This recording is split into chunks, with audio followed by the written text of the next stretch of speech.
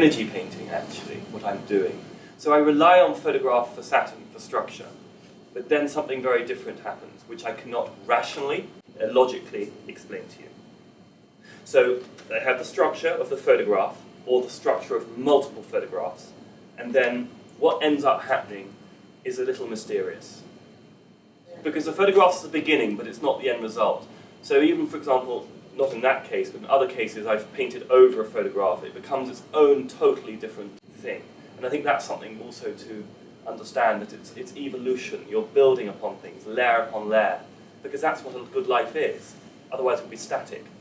I take a lot of photographs. Let's take in Kevin Rudd, the Prime Minister of Australia. I took 100 photographs of him, and then I distilled mouths and eyes together. I do it partly because it's cathartic for me, and it helps me grow. I mean, isn't that the job of all of us? Whatever we do, it helps us evolve. And sometimes I evolve faster than other times. Sometimes I probably feel like I'm going backwards. Having been an amateur student of history and philosophy, things always happen organically. We can look back with hindsight, and the great art historians, especially contemporary art historians, are desperate to portray, this grand vision initially.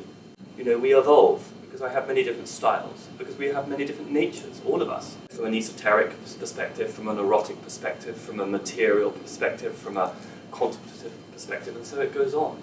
Earth, air, fire, and water. What came first? I think they grow together, and one month might be stronger. The paintings might, like going to Uzbekistan, it opens up a door, doesn't it? Samarkand, Khiva, Bukhara, the ancient caravan silk route.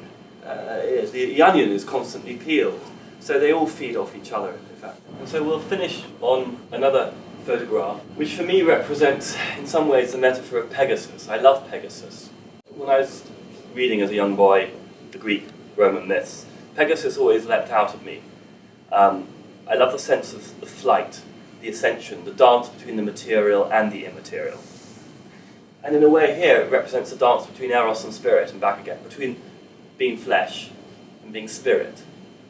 And that's, I think, where I'll leave it today, is can we try and all dance more between the material and the immaterial world, because that's closer to a good life. Hopefully you'll leave here with a little bit more sense of shared community, not diversity necessarily, but unity. And the diversity is the drop, and the unity is the ocean, and I love that.